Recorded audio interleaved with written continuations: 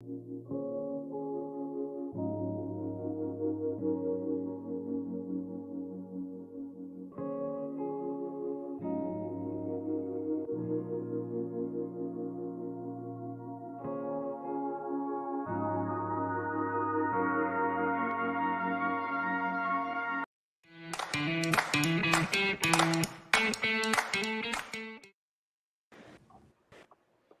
y'all. Welcome. I didn't know when you were going to get to see us or not. I was chatting to Michelle, being like, can people see us right now? Hi, and welcome. We are very excited to be hanging out with all of you tonight. We are going to be doing the scholarship roundtable, and we have 3 of our scholarship recipients, and we want to hang out and ask some questions and see what's up with their businesses and, just like get to know one another, build community. You guys can make some new friends. All 3 of these people would be really fun to be friends with. So if you need a new pen pal, there you go. Here's some contenders.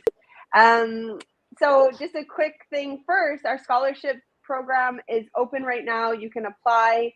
You have until the 5th, so this Monday at 11:59 Pacific Standard Time. So please get those applications in. This year, we've done it completely differently so that people can apply for portions of the scholarship. So if you're like, oh, I could go, but I just need this much covered, we have that. And that will be able to give us the capabilities to support way more folks in getting access to their scholarship. So we're really, really excited about that. We have an incredible volunteer committee that's come together to once again read all the applications and deliberate. And we'll have those winners coming up in a few weeks, which is very, very exciting. For the MSP program that starts the 22nd of September, 7 p.m. Eastern Standard Time. All right, let's open it up first. We'll open up that anybody can answer this question. What was the moment that you realized you wanted to be a birth worker or work in the field of reproductive health or justice? If anyone can have that like TSN turning point in your life. I'll start if it's. I think it was like 10. Oh my God, he's gonna be 10. He is so. Her mom went into labor. We wanted to be with her, and so we stayed with her. And I live in Delaware. We ended up going to Baltimore or something. Oh man! And we're like packed down there, and we ended up staying in her mom overnight. So it was me and her mom, and we stayed. They were just kind of monitoring it. They were like, "This is just cool." And I remember. To me, and it's something I think about regular. I felt like things happening. Like a nurse with a baby here. That wasn't. And it was like that while, and then it was like, and maybe I saw this video on Facebook. Experience it like it was a short documentary about what she goes through and what her day to. That's a thing. Can I do that too? That's kind of, ever since then, I was really interested about that same time as when I webinar. Oh, amazing. It was Kismet. Yeah. That's awesome. Manuela, do you remember your moment when you were like, birth workers for me? Yeah, absolutely. So I have until be 9 actually next week, and I was a teen mom working at the hospital for about 3.5 years as a phlebotomist. I did a lot of rounds and hundreds of people, and most of them were in labor and delivery. So it was really good.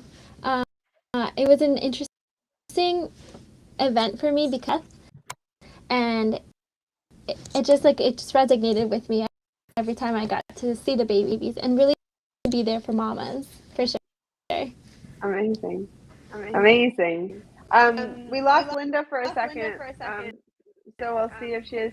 I have a bit of feedback with my audio right now too. I don't know. I'm trying to fix it. I don't know what else. Oh, I've lost you. Michelle, you're muted. I'm keeping a couple of us muted because it seems the audio is coming back and forth. So don't worry if you're like, what happened? Okay, great. But yeah, and then I can be the what's it called? The sound mixer in the back. But yeah, so that's all it is. But no, I love how y'all have started to say like why you're here. It's so important. And when Linda pops back in, I'll throw her back in the stream.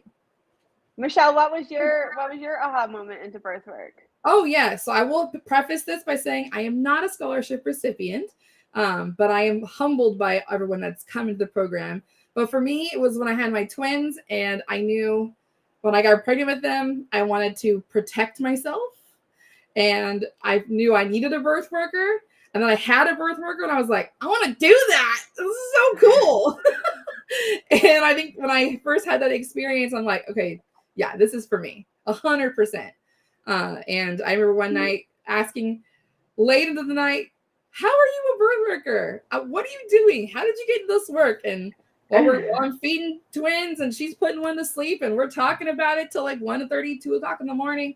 And at one point she was like, go to bed. That's why I'm here. I'm like, oh, that's right. You're my overnight doula. I should be asleep. Like we can talk about this tomorrow on the phone. I'm like, okay, you're right. But no, it was wanting to protect myself and knowing that there has to be joy in parenting. It can't just be trauma and sadness. So, yeah. Yeah, for sure. Linda, what made you want to go into birth work? I actually watched my baby brother being born, and I helped my stepmom give birth to him, and that was everything for me. As soon as I saw him come out, I was like, this is amazing. And I like do this for the rest of my life. But I didn't know it was a job. Like I just saw her in labor and I was like, she needs help. And I didn't realize that was it for me though. And after that, I would watch babies being born just to like for fun. And I realized that not anyone else did that for fun. And I was like, how do you not see this as beautiful? People would be like, oh, why are you watching that? I'm like, this is amazing. And I realized like, not everybody does that. I didn't know that. I thought everybody looked at childbirth as beautiful. And I don't know. And I was like, oh, okay, I guess this is like, I'm the oddball here. And I guess this is a thing. And it was hard for me to find other people who were really into it. And you know, and then I did. And I was like, oh, it's a career. Like I could actually do the paid, like do this shit for free. Yeah. I know my channel, you would never think that people didn't love it because all my everything I do is like people watching birth or it is the actual birth. Yeah. So, also, I think we're a bad sample. Like, did anybody else watch A Birth Story on TLC? Like, yeah, it was so good. Like, loved it.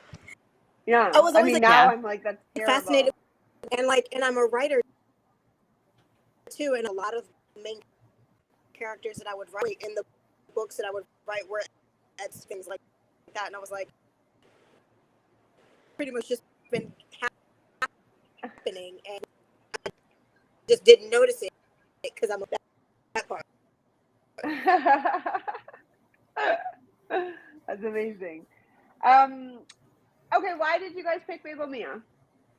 Manuela. I picked Bebo Mia. Can you guys hear me? Yeah. I think. Yeah. I actually did a lot of research. I asked a lot of people about how to be a doula because I had 2 C-sections and I didn't really know I was like, I don't really like the language of a lot of different schools or the way, like the curriculum just didn't resonate with me. And then when I started researching about, they're so diverse and so many. So I'm Latina. I'm a first generation immigrant to the first daughter of my 3 other siblings. So I about 60 years ago. So I was just like, I want something that really resonates with me, being Latina, Muslim, and a first-generation immigrant. And then Bebo Mia came, and some of my other Muslim sisters also that are doulas, they're like, yeah, their program, it really needs to resonate with you. And that's kind of where Bebo Mia came from. So I'm really happy. And then I applied to the scholarship during it off from both jobs, and it was just like the perfect moment for me to really know that. And now I am in the journey of becoming a midwife. So it's gone above. Yeah. So I'm really excited for everything that's coming through. That's Yeah, amazing. And we need Thank you. need so many more midwives in the US. So it's so needed. We really need Latina Muslim midwives. I know. I was like, Like in Austin, you would just like business would be booming. Just tell you, you're gonna relocate. Like your niche would be here. Just as like someone who I work with a lot of the Muslim community as birth wife. So I'm like, just throw it out there. You know, you want to come like hang out with me, you know. Yeah, for sure. I'll come, Michelle. Yeah. Linda, why Bebo Mia? Are you gonna say Vickiana? I am because she really was the link to everything. She was the person that I would share. She's my person that I found that looked at birth videos with the same beauty as I did, right? And it was hard to find that person. So, you know, we actually linked up because she was donating all of her daughter's things that she no longer needed. And one of my best friends was just having a baby. So now I'm helping her with her preparation for her birth, not realizing that, you know, that's what doulas do again. And I'm just getting all these things ready. And I find Vickiana on Craigslist, and I'm like, hey, like, can I have all your things for my best friend? And she was like, yeah, sure, whatever. And then she was like, oh, like, how are her babies? And I'm like, fine. And we kept talking and talking and talking. And the next thing you know, she's we just became friends through Craigslist. And she's like, listen, we always send each other videos. Like, have you ever considered being a doula?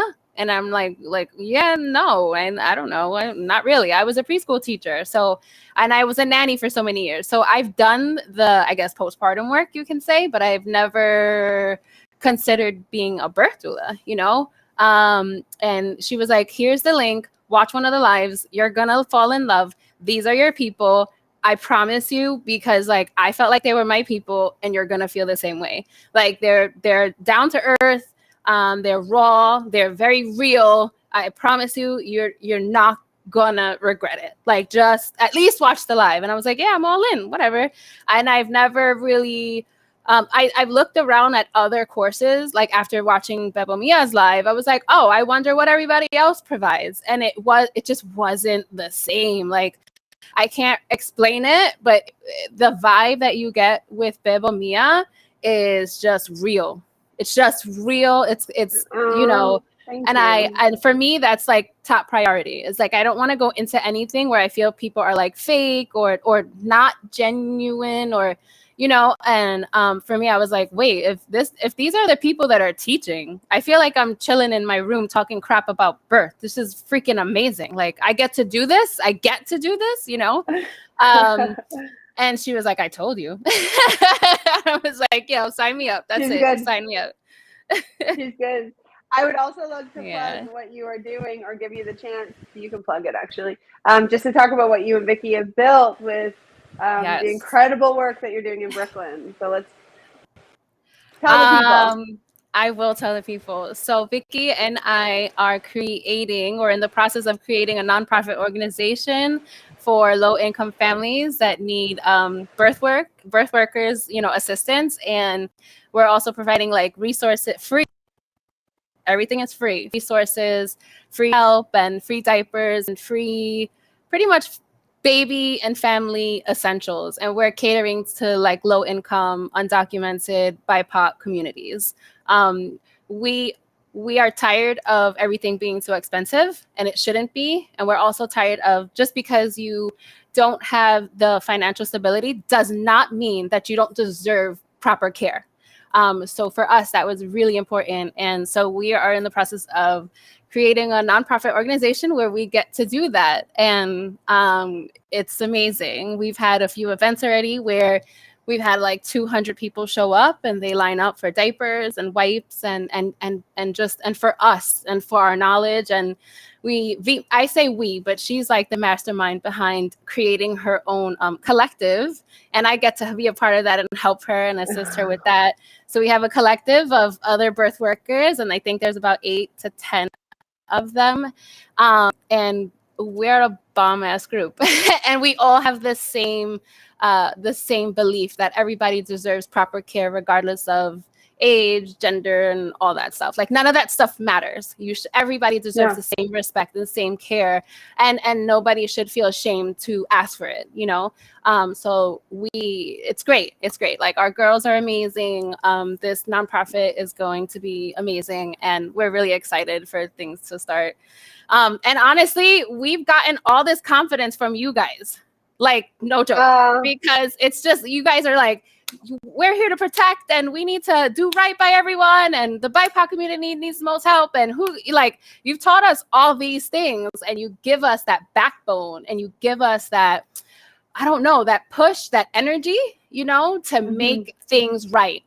And and it feels, because we've learned that from you. And honestly, just in my own personal life, I needed that push, you know, and I didn't know I can do these hard things, and you guys are proof. And watching you do it and then giving us that same energy, now we're able to do the same thing, and then we get to share that with everyone around us, and it's really great.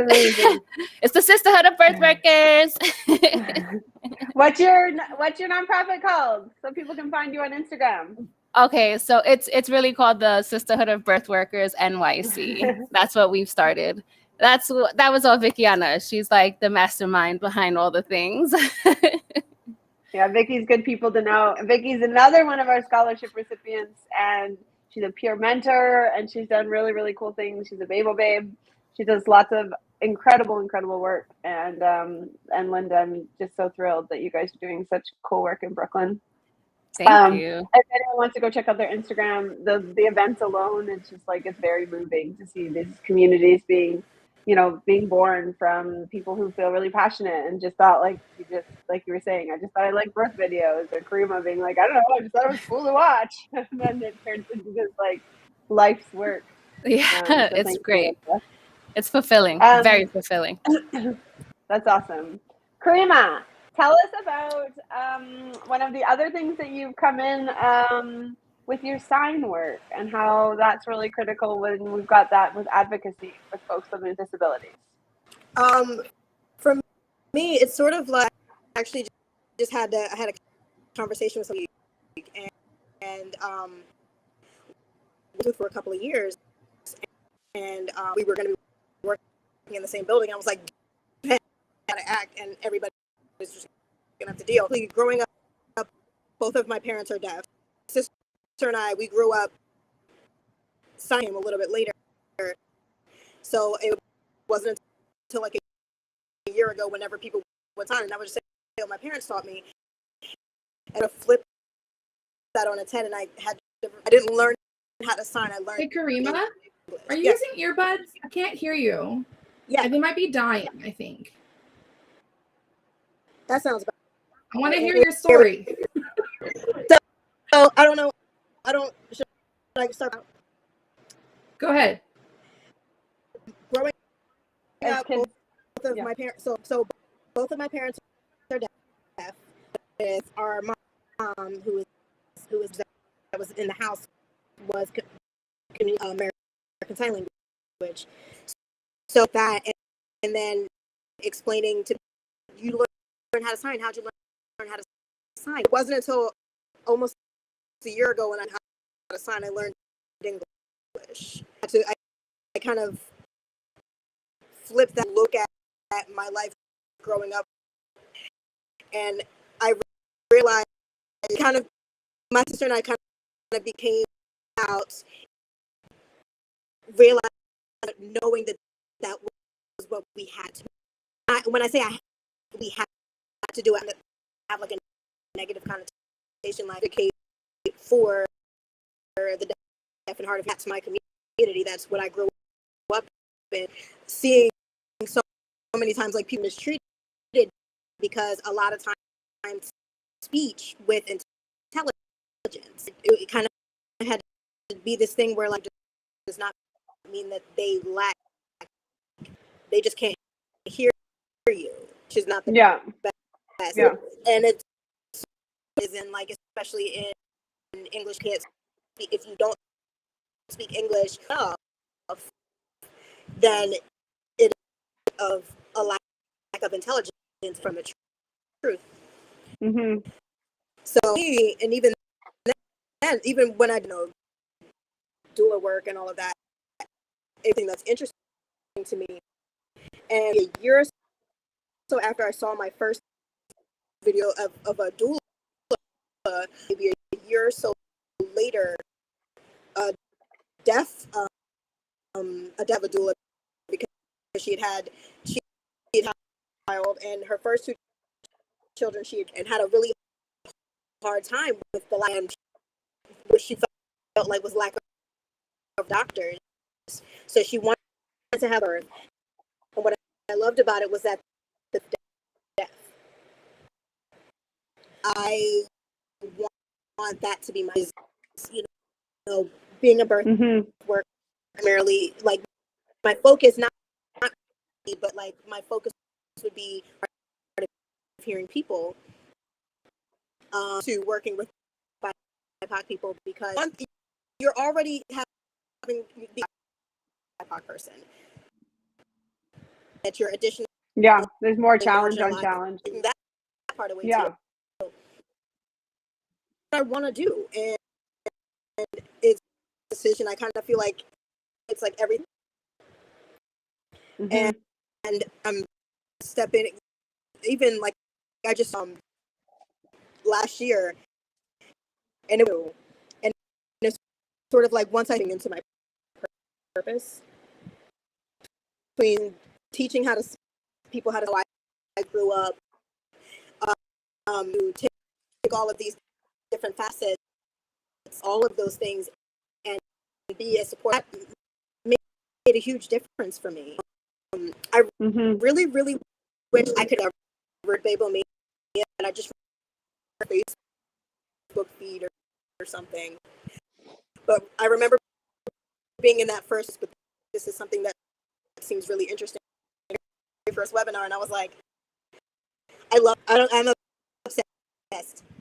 Even though I think last third or fourth, and I get the same information because I'm here for it, because you get it. And if I've ever seen anywhere else, absolutely, and 1,000% here for it. When I met my mom's so deaf, and when I told her a couple of words, she was like, I'm so proud of you. I was like, I know. So to see how this all goes, and if I can add all the different areas, I can put all of it, and I'm excited to see how that goes. That's amazing. It is really important, and I think that there's, you know, any of the places where folks can have that support when they live with visible or invisible disabilities, because we already walk in with like the biases around, you know, fat phobia, xenophobia, racism, homophobia, like ageism, like all of these things, and then you add a disability on top of it, especially one that would have a breakdown in the communication with their healthcare providers.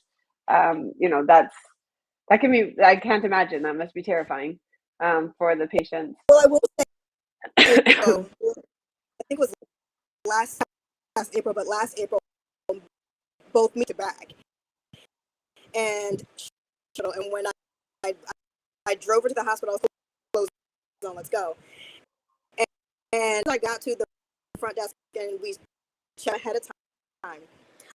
I'm sorry for your nerves, because my mother is a Black woman, and you're not going to do is allow her to slip a house. Mm-hmm. And Bianca would be so proud of me. For me. Specifically, so because the consent is such a big thing. Yeah. There was a situation getting ready to take blood, like getting looking at me and telling me, okay, so I'm my mom's arm, and I Yeah. was like, stop. For what you're Look at doing her. because you did not get it, does not belong to me. Yeah. And Yeah. I think that I was like, I don't care. This is not about you. This is about.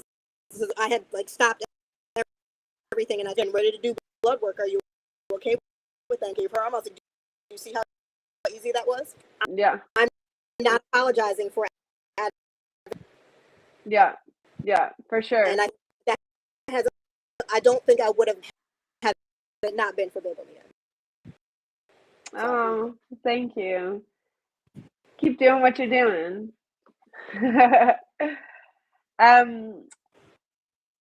As I know Linda shared this story, but Manuela, was as you were integrating, parenting and all the things. Oh, Michelle, that's so loud. Oh, there. I was like, whoa, Michelle's played with the levels. Can you hear me, Manuel? Yeah, okay, great. As you were not playing, sorry, that was Michelle's. As you were doing school and your life and parenting, how did you find that you balanced that, where you had the most success, and what did it look like where you carved out time for you to do your education, and that you're continuing to do, obviously, as you go into your midwifery program? What are some tips, or what did you notice, or what had the best outcome for you to make sure that you got to carve out that time for you? I think so I'm somebody who's very I'm a huge note taker and very hands-on, and I have to rewrite my notes to really fully understand certain things. So I think that having the opportunity, with Bebo Mia, it's at your own space or your own pace. You can go, and if you have any questions or any concerns, the Facebook group chat has saved me many times, because there's certain things that I didn't understand, and then there's other students that could help you, and within the mentors and the teachers as well. With the kids, I just kind of did a schedule. It's like mommy has to go to school, or at least write a couple things within this first hour, so you guys have either nap time, or you guys can go play outside. So for me, I normally utilize it more on the weekends, just because I work a 9 to 5, so it's a little bit harder. But even at my job as a phlebotomist, I work at an OBGYN office. I get to study and to do some of my things in between patients, so that kind of worked out for me. And just really understanding who you are as a person, and what type of study level you want to take. If you want to do it very fast and get your certification over with, and you'll do it faster. I know that I'm a little slower just because it takes time with kids and everything else in between, but it works for me, and I want to appreciate everything, the knowledge that I'm giving my parents, just to make sure that they feel comfortable and I feel comfortable also as a doula, because at the beginning it was nerve-wracking. I know what I did for me as a parent, learning from other people's opinions, but I feel like that us being doulas, it's really important to understand that we're co-pilots into our parents' motherhood or parenting hood journey, and we're not the main focus in their story. So I love that. So good. Question. We're gonna just quickly, for folks who are jumping in and watching this live or as a replay, we are doing a scholarship roundtable. The scholarship applications are open. They are closing on Monday at 11:59 Pacific Standard Time. Get those applications in. Send that off if you have other folks in your life who you think would love to get access to any part of the certification. You can send that over. We're also doing partials, and so we want to make sure that we're breaking down as many barriers as possible to access education, so that we can have more folks out there changing the face of reproductive health and reproductive justice. And we've got some amazing recipients from the last few years. I think Karima is the furthest back on the panel, I think. Was it 2019? 2018? It was 2020. I started. It wasn't fall 2019? We met a little bit. I started actually. Hmm. I thought you were spring 2020. No, because that was we were in the middle of that. Did for that in the spring of Right. 2021. What I'm is just telling time? you, leaving. What is time anyway? Okay, I have a lightning round question, everybody. Here's your. Oh, now I can't even get my questions on. Come on, Sprague. I literally just had it up. No, I don't know where it is. Okay, here. What is one thing? Lightning round, y'all. What is one thing that we covered that surprised you? You were like, oh shit, I didn't think we'd learn about that. One topic. Linda.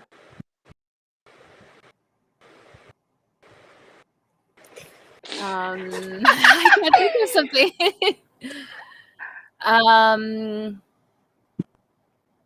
I'll be honest. I can you hear me? Yeah.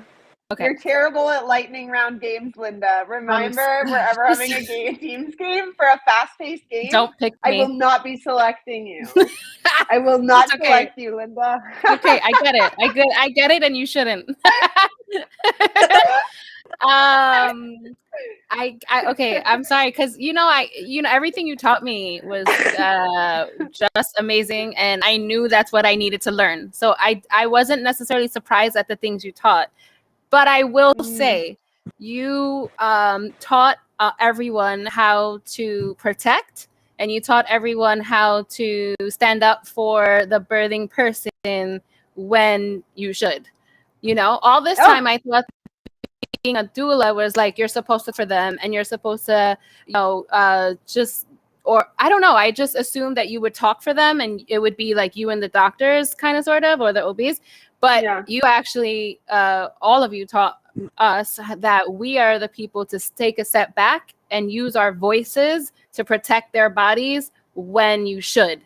And I didn't. And for me, that was like, oh, really? Oh, all this time I thought we were supposed. And it's great because it makes total sense. Like, who else is supposed to advocate for them when you see something that's not okay? And if they don't see it, then who does it? We do. Yeah. And that was surprising for me. But everything else, I felt like I know it was goosebumpy. Oh, I didn't realize that was like that kind of answer.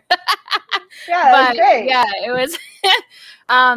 You taught us how to advocate and really protect, which I love that, and it's true. And the more I do this work, the more I see that we need to protect their bodies. Okay, well, I gave you a real hard time about not knowing lightning round of games, but shit, girl, that was nice. That was real good. Thanks. All right, so points for that. Karima, what's your lightning topic? Well, I was going to say I want to what Linda said. Like, definitely that we don't speak unless for whatever reason they can't. One thing that really surprised me, I love Bebo me so much, is that yes, talking and like the stuff that I was reading, you know, advocating for the BIPOC community, really surprised me much. And the realization that yes, and I'm, the statement that did not have an easier time than I, and that was sort of made the difference. You are an advocate for the BIPOC community. You are an advocate because it's for people to say, and it's hard for people to. Here's the deal: if you don't like it, you can. And I love that. So we were talking about that last night, you and I, like with the challenges too, and not speaking for and amplifying the voices of, and for sure. Manuela, what was your lightning round topic that you were like, oh, I am surprised that we covered that? Two of them was actually was Michelle and Meg. They said that we have to know our place when it comes to taking out our ego.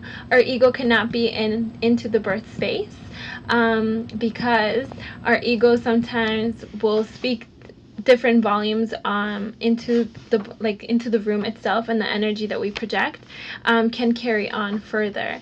And also, I took a class when you did the counterpoints with you, when you stated about the rebozo, that the rebozo is more cultural and it's an invitation, which I thought it was amazing, because I thought everybody has a course for rebozo. But it's really has to be from like a native ancestral certain group that actually teaches in the purpose, the spiritual, and everything that goes in with it. I thought that was absolutely amazing, and that was like jaw dropping. I was like, oh my god! I was like, I was gonna pay hundreds and thousands of dollars to to take a rebozo class, and it's not like that. It's just an invitation that needs to happen for you to really properly use it, especially when we're talking about two special people that are birthing. So it's the birther and then the baby that's coming out. So both of them are being reborn. So it's really important to keep that in mind. I love that. Yeah, that's great. It's not for folks outside of the indigenous communities that's their practice. And as a person from outside, I'm like, oh, I love witnessing this, and it's not for me. Hence, I wasn't going to teach anything about it, or anybody on our team besides Marissa. Yes. Okay. That was the most birth worker lightning round I've ever heard. I love every one of you so darn much. Thank you. Okay, now for lightning, we're gonna try one more lightning round, y'all. Topic, just a topic. You can say why. What was your favorite soapbox rant from anybody on the Bebo Mia team? Topic, soapbox. When you get any one of us going on any one thing that's just like, I want to say, I know I could do a lot of soapbox, but I gotta say Miss Charlotte has some great soapbox moments. She just I just let that woman preach. Okay. Go, Linda. Okay. Meg, I mean, just listening to Meg in general, but Meg and I have the same fuel when it comes to living in big bodies and all the crap that we get for living in them. And oh my gosh, her sitting on that soapbox and just letting it rip. I'm like, yeah, ooh, like she just fires me up, man. She gets me ready. And all I want to do is just shout out into the world. Like, she is just pro living in the body that you live in. I mean, and so is Michelle. I mean, all of you guys are like that. That's the truth, right? But when she speaks, I listen. Like, I'm just like, oh, I love that. It feels good. It feels good to listen to that. Yeah. Amazing. Meg and her body liberation rants. Karima, what's yours? Okay. I wouldn't call, but pretty much anything that I don't care, I stop. I'm listening. More so surprising and not much of a soapbox out, like the giving birth, like how Mm-hmm. And when she was explaining why that is and why we believe that. I'm sorry. What? I need to hear I need to know those so that I can hold it in. And specifically, I want to know. So yeah, I can hear her talk. Like, it's not a soapbox thing, but I love her and and I love her. Like, it's yeah. It's magic. It's truly magic for sure. Manuela, what's your favorite soapbox or rant moment of the Bebo Babes? I think I have to agree with Linda. It's for sure like the fat phobia that is out there is real. And the language that they use and how they use it and how they look at you when you are pregnant and they automatically think that you're going to have gestational diabetes, which is not true. And you can still be healthy and you can still have gestational diabetes, you can still be thin, and it doesn't matter. You know, does it, as long as you're happy within your own body and that you get to learn, because I have body dysmorphia for a really long time and I was a chubby kid, and so I understand. Like I love when Linda said, when Meg goes all out, you just sit down and listen and like, go girl go. Preach it out to the world. So I think that's like,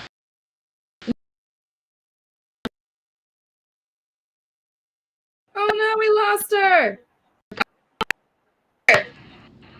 what happened? Can you hear me? Yeah, no, you're good now. We can see Keep you. going.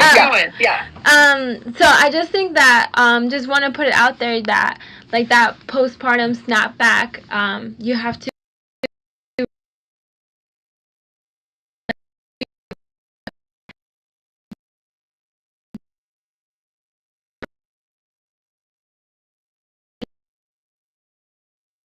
you don't need that. So because I just don't believe in it, and I think it's a really high pressure, especially in Hispanic households, in society. You have to look a certain way to be accepted, which is not true. So.